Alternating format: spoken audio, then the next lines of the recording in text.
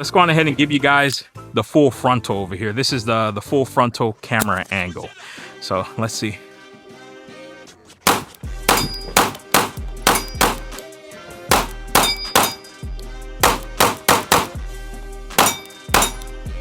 Woo.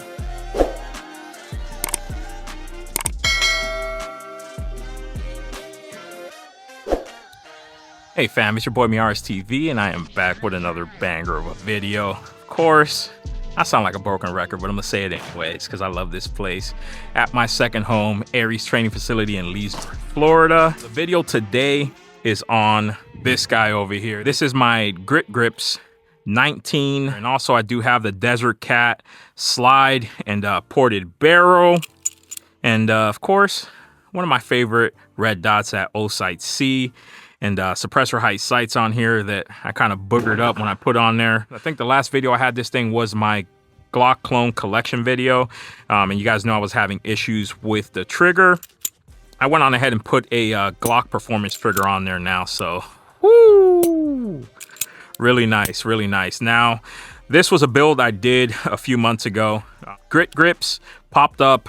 A lot of people were talking about them. And I like the look of them. Look at that thing. Yeah, I pulled the trigger on one. It was like a deal, a little bit of a deal. I think it was like 20% off the normal price. This one here, I got about 1 1/4 Benjamins shipped over to the homie Chris over at All American Pawn. That is my FFL, guys. If you're in the area and you're looking for an FFL, or you're looking to walk into a shop to pick up 2A goodies, go on ahead and reach out to him, All American Pawn. So we're gonna be shooting this guy, and also might bring out a Glock 19. This is ported, so that Glock 19 might have a ramjet on it. Who knows? Really nice grip texture on this guy right here. The feel on it, I enjoy it. Has that dovetail, kind of like a Gen 6, and also the flared mag well. So this was the Gen 6 before the Gen 6. So Grit Grips, they were onto something. We also do have that little ledge over there. They have a really interesting grip texture. You look at it, it looks minimalist, but you know, they're doing their thing. You know, it's not aggressive, it's not passive. It's just right. You know, it's just right. It's like Goldilocks and the Three Bears. So this one right here is just right. Of course, you know, Gen 3 controls with that mag release there and that slide release, and the trigger upgraded, so I do have that Glock performance trigger, and that's really nice. But enough talking, let's go on ahead and see how this thing performs now with the new trigger. You know, all in all, in this build right here, this was a blem slide that I got from Desert Cat. The barrel, I believe it's from Desert Cat, but it might be from AIM Surplus. As a matter of fact, I think most likely it is from AIM Surplus.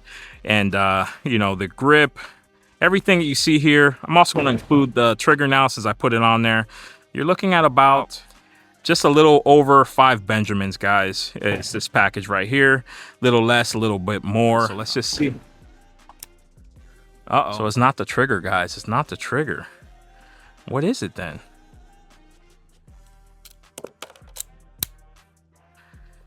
Maybe the firing pin, maybe?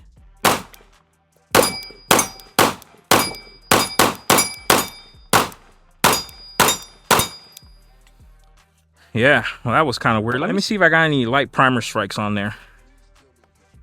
Oh, there's one sitting right here. Oh yeah, light primer strike. I don't know if you can see that. Woo!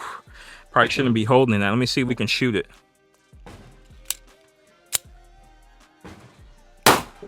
Yeah, so it was a light primer strike, guys. But let's go on ahead and get another mag to this thing. Also, this right here is the Fire Breather son. So this is a Fire Breather Junior over here, if you guys remember all that.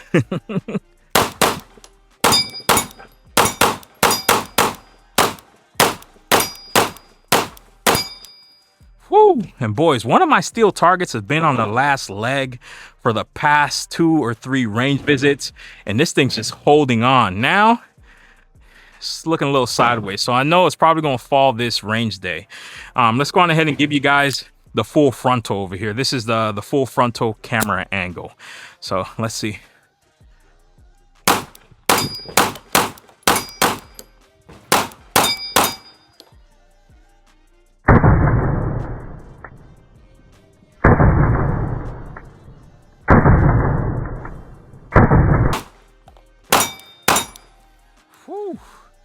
Man, but that grit's really nice. If you guys have one of these, let me know how you guys like it. I like mine.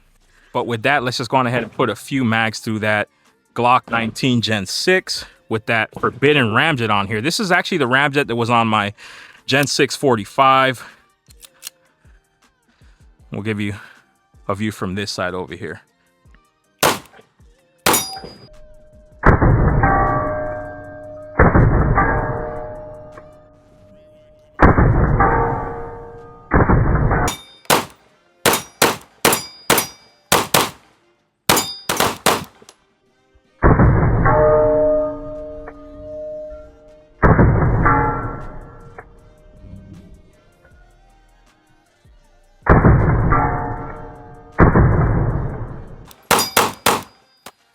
Not bad. Not bad. That aim surplus ported barrel, man. For the price you get those things, they sure are punching way up above the price you pay for them. But man, that ramjet, you know me, I'm a lover of comped and ported guns. So yeah, that ramjet is the ramjet, you know. Some people say it's king. Yeah, let's go on ahead and send some more downrange over here. Oof. Also, guys, look at this. Whoever put this thing together needs to get fired. Brother, look at that. Man, hopefully that thing doesn't fall off. Maybe I should take it off. I don't know. I'll check here and see if it's rubbing up against the barrel or not. But I'm going to try to get low behind this gun.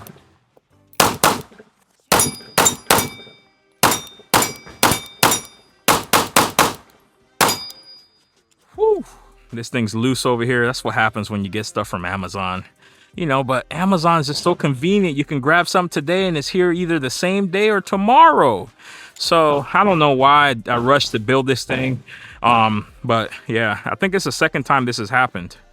So we're going to try to finish out the video without that flying off. And if it does, oh well. But so far, it looks like that Glock performance trigger has fixed the issue. But who knows? It also might be the firing pin. I don't know. I never checked the other rounds to see if they had a light primer strike, but this one for sure had one.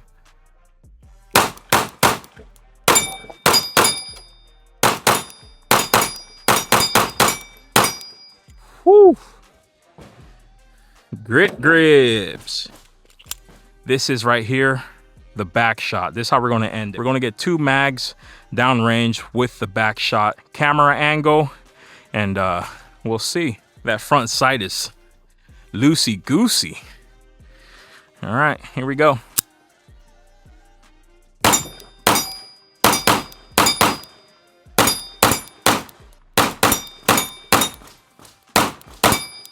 Woo!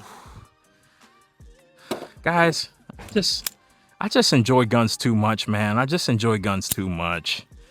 Man.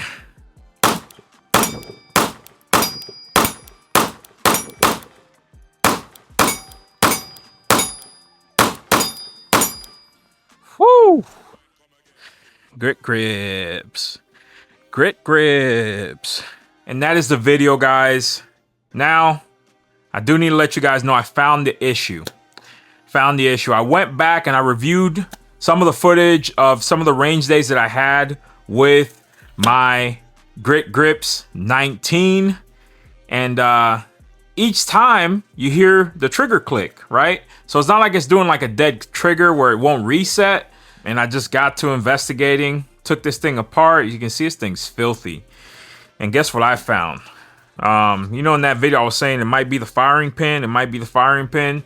So I took the firing pin out. That channel liner for the firing pin pulled out with it. So I went on ahead and popped that bad boy back in there. I can't even take it out if I try now. So I'm guessing that it was just that liner was loose and was causing some issues there. This is my little tool here that I tap it in just to make sure.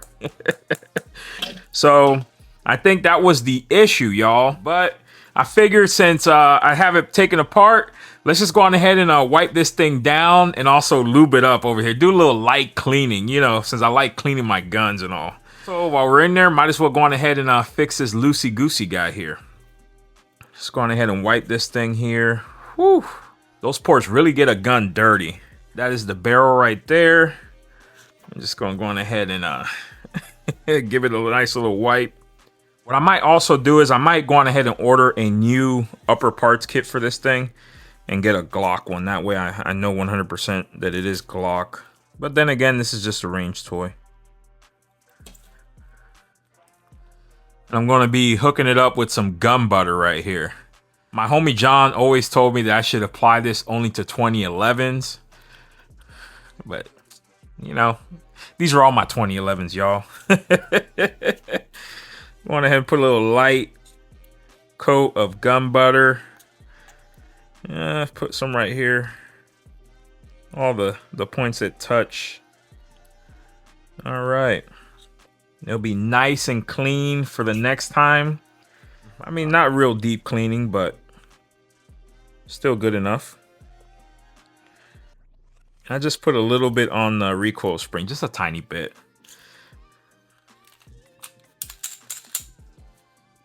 And there it is.